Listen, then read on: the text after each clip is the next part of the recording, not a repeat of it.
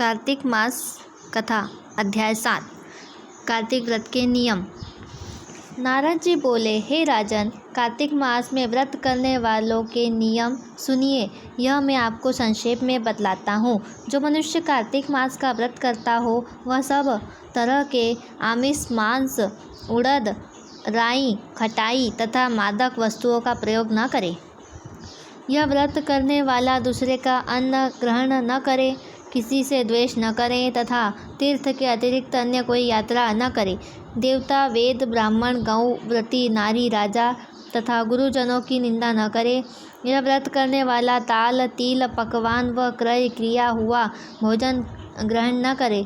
चुगली व निंदा न करे। किसी भी जीव का मांस छूना व पान में चूना, नींबू, मसूर, बासी तथा झूठे अन्न का प्रयोग न करें। बकरी, गाय तथा भैंस के अतिरिक्त अन्य किसी पशु का दूध कभी भी प्रयोग में नहीं लाएं।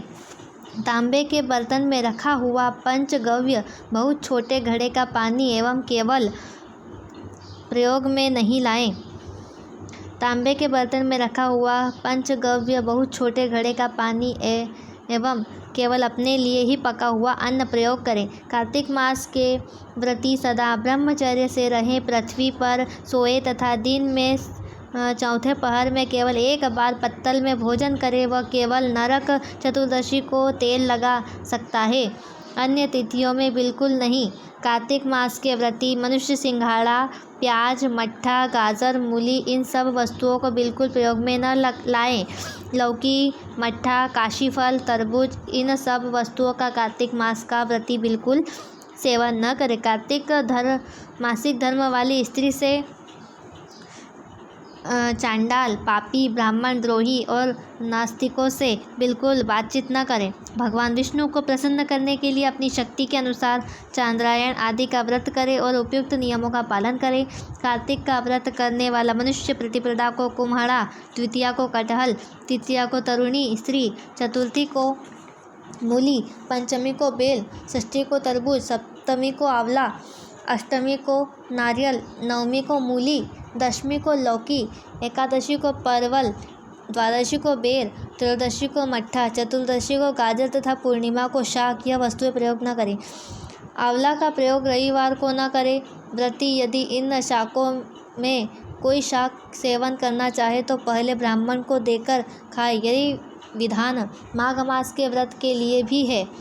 देवोत्थानी एकादशी में पूर्वोक्त विधि के अनुसार नृत्य, जागरण, गायन, वादन आदि करें। इसको विधिवत करने वाले मनुष्य को देखकर यम के दूत इस प्रकार भाग जाते हैं जैसे सिंह की गर्जना से हाथी भाग जाते हैं। यह कार्तिक मास का व्रत सब व्रतों से श्रेष्ठ है। इसके अतिरिक्त जितने भी व्रत यज्ञ हैं वह 1000 की संख्या में किए जाने पर भी इसकी तुलना नहीं कर सकते, क्योंकि यज्ञ करने वाले मनुष्य तो केवल स्वर्ग में ही जाते हैं, किंतु कार्तिक में व्रत करने वाला प्राणी सीधा वैकुंठ को जाता है। जिस प्रकार राजा की रक्षा कर उसके अंग रक्षक करते हैं, उसी तरह कार्तिक मास का व्रत करने वाले की रक्षा भगवान विष्णु की आज्ञा से इंद्र आदि देवता करते हैं। कार्तिक मास का व्रत करने वाला मनुष्य जहाँ कहीं भी रहता है वहीं पर उसकी पूजा होती है, उसका यश होता है। उस स्थान पर जहाँ की वह रहता है भूत पिशाच आदि कोई भी नहीं रहने पाते। विधि सहित कार्तिक मास का व्रत करने वाले मनुष्यों से के पुण्यों का वर्णन श्री ब्रह्मा जी भी नहीं कर सकते।